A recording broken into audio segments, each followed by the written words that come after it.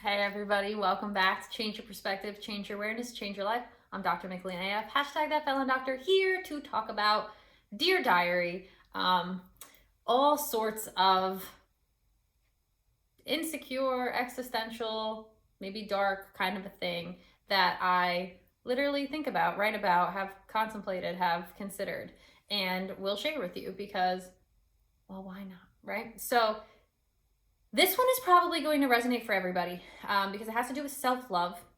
How do you get there? And can you get there? And a lot of us are kind of, without even knowing it, self-loathing. And so I'm going to jump right in, and hopefully this doesn't make you too uncomfortable. It might. We'll see. Dear Diary, it's not new for them to talk about my body, to ridicule it, to poke and jab. My mouth is too big, my eyes too crazy, my eyebrows too thin, my vagina too exposed. Fine, fine, talk away. I love this body. I don't care that they talk about it. I don't ask for their interest, yet they give it just the same. Right? And so I think both men and women, we get a lot of judgment on our body. We always do. And so there's no good way to have a societally acceptable body because there's always something. Like, none of us are perfect, obviously. And I think a lot of why we love things like photography and videography is because you can look more perfect than you actually are. Which is why I try my damnedest to look exactly as I am, without filtering, without makeuping, without doing anything other than just showing up, because I'm like, when I meet someone in life, I want it to be the exact same thing. Like, it's the equal of a catfish when it's like, oh, I look so beautiful because I'm all made up, and then I like go and it's like, oh, you're different than you look like, right? So I will say that the body is a thing that people really fixate on because it's the easiest thing to see, right? People don't listen well, so they don't pay attention well to the thoughts of the mind and the heart, which are always conveyed through the mouth. And so what ends up happening a lot of times is we judge people on appearance, we judge people on action. And so for me personally, going to the Dear Diary entry, it was, an easy thing to do to judge me based off the fact that I sent nude pictures to a 17-year-old. And also, what ended up happening is that so many of my personal pictures, the news media outlets took. So if you ever like Google my name, there's all these personal pictures up there that were like private. Those are private pictures that I sent to people I care about, like my mom. And they took them. And so people started commenting on all of these pictures that were just me like living my life, and on all of these articles that were, kind of trying to like vilify or ridicule.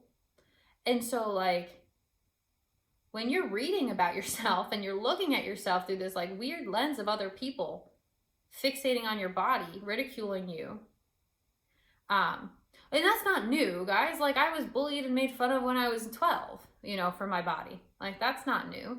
I think I got my first bra ever when I was 12, and some kid, his name was Spencer, was like, yeah, you're supposed to keep the tissues in the tissue box. And I was like, I didn't even understand it. I didn't even know what he was talking about. And so I had to ask somebody. I was like, what does he mean? It's like, oh, he's making fun of you for stuffing your bra. And I was like, what? I didn't stuff my bra. I wore a bra for the first time because I'm 12. Not that I needed it. I mean, hell, I don't need it now. You know what I mean? Like, I was just like, what? Like, my 12-year-old brain did not understand. My 33-year-old brain also does not understand. I will tell you that honestly. Like,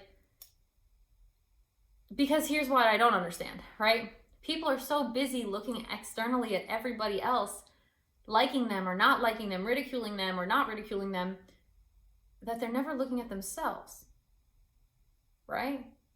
And when they do stop to look at themselves, they hate what they see. Because if you can hate on somebody else that you're looking at, it's because you hate yourself. That's it. It's because you're insecure. So like I read these things now and I'm like, this is so sad. This is so pathetic. I have a different one. I'll double diary today because this actually goes aligned with it. I didn't even realize this. Okay, so dear diary, I Google myself with a sort of detached curiosity. It doesn't even hurt anymore. It's just sort of sad and weird. Like an out-of-body experience to see so many people ridiculing you and digging up your resume and pictures. More pictures meant to be private that were made public. My whole life turned inside out for the world to see. So many things aired that weren't meant for public consumption. But I suppose that's what happens in a world that focuses on everyone else more than themselves. Ridicule a stranger rather than look at themselves in the mirror. It's not novel, it's just depressing. What sad lives they must live to be so wrapped up in mine and what I did or didn't do 5 years ago. How sad. Right? And like, that's really, when you get good at loving yourself, that's the perspective you take on it. Like, I don't care about what you think about me. I don't care at all. Like, literally not at all. It's just kind of like a detached, like, oh, how sad. This is why I'm always talking about changing your perspective and changing your awareness so you can change your life.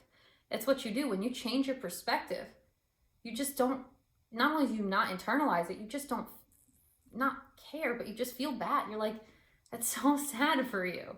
Like, you're literally taking your very precious time and energy and attention and talking about my vagina that you never will see. And even if you did see, you would never have access to. It's so weird. Why? And so the process to come into that space where like, you just are like, that's so sad. And it's just kind of like, okay. It takes a lot of work. And I talked a little bit about my TikTok, but like self-love takes self-acceptance, understanding, awareness, and appreciation. So like I wake up every morning and I'm like, thank you God for this body. Like, thank you for these bones and for this blood and for these ligaments and for everything that functions the way it's supposed to. Thank you for the breath in my lungs. Thank you for the fact that I have, lovely hair and pretty eyes. Thank you for my mouth. Thank you for my nose. Thank you for my voice. Thank you for my fingernails. Today I thanked him for my toenails. It's like, thank you, God. Love my toes. Love my toenails. Why wouldn't I love everything about me? Well, I used to not. Now I'm like, why the hell wouldn't I? This is the only thing that comes and goes with me. This whole thing is the only thing I've got. I'm going to keep it as in shape as I can, as aligned as I can, as taken care of as I can. I'm going to share it with people who should see it, which, I haven't done in the past. I'm not going to share it with people who shouldn't see it. I'm not going to share anything I've got with people who don't believe it, love it, value it. Why would I do that? It's not worth my time. How do you get there?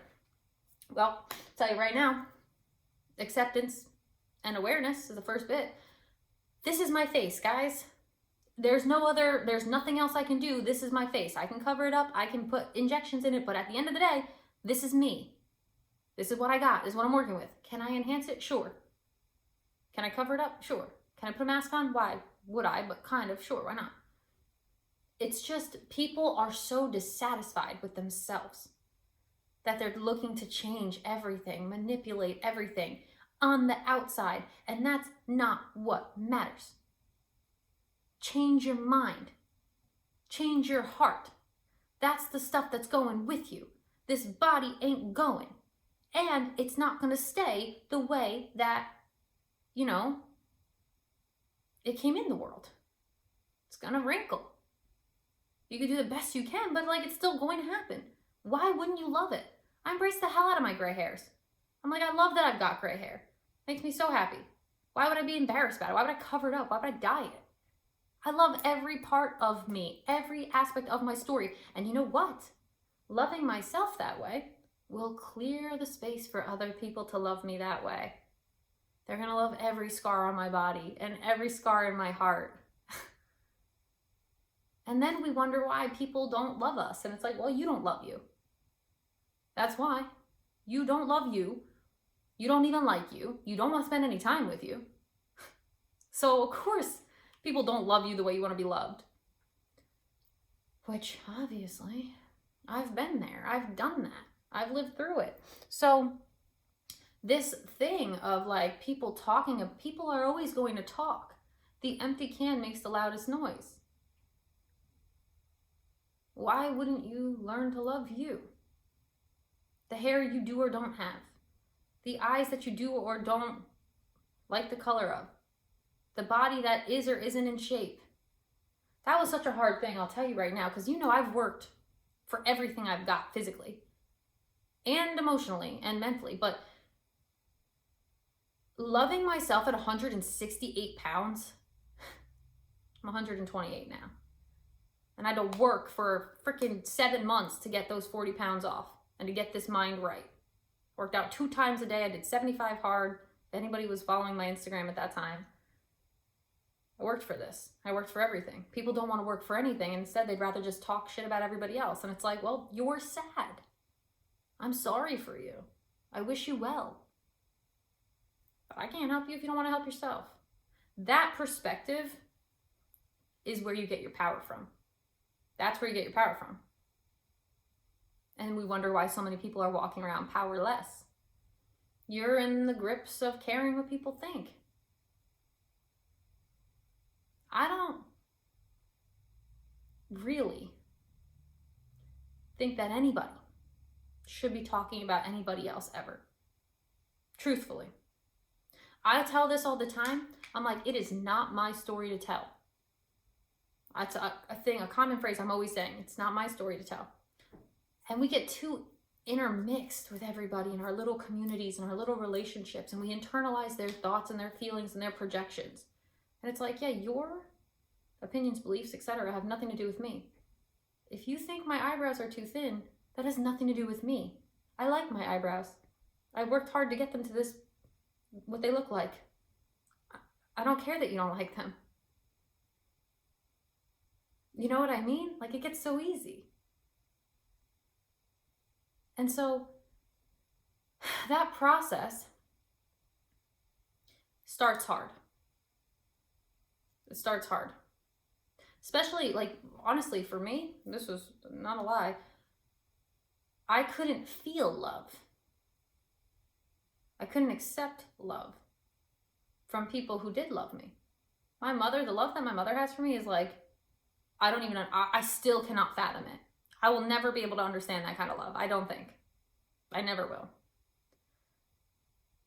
That sort of sacrificial love. Like, my mother would give up her life for me in a second. It wouldn't even be a thought. I've never been that selfless. I don't think I ever will be that selfless, honestly. It's crazy to me. I couldn't, and that love, I couldn't accept. So people want to say self-love. We don't know how to accept love.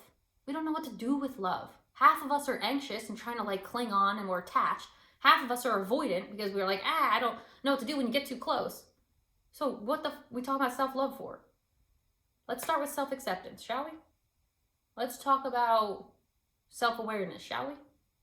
This is the places to start. And I know this because it was the place that I had to start.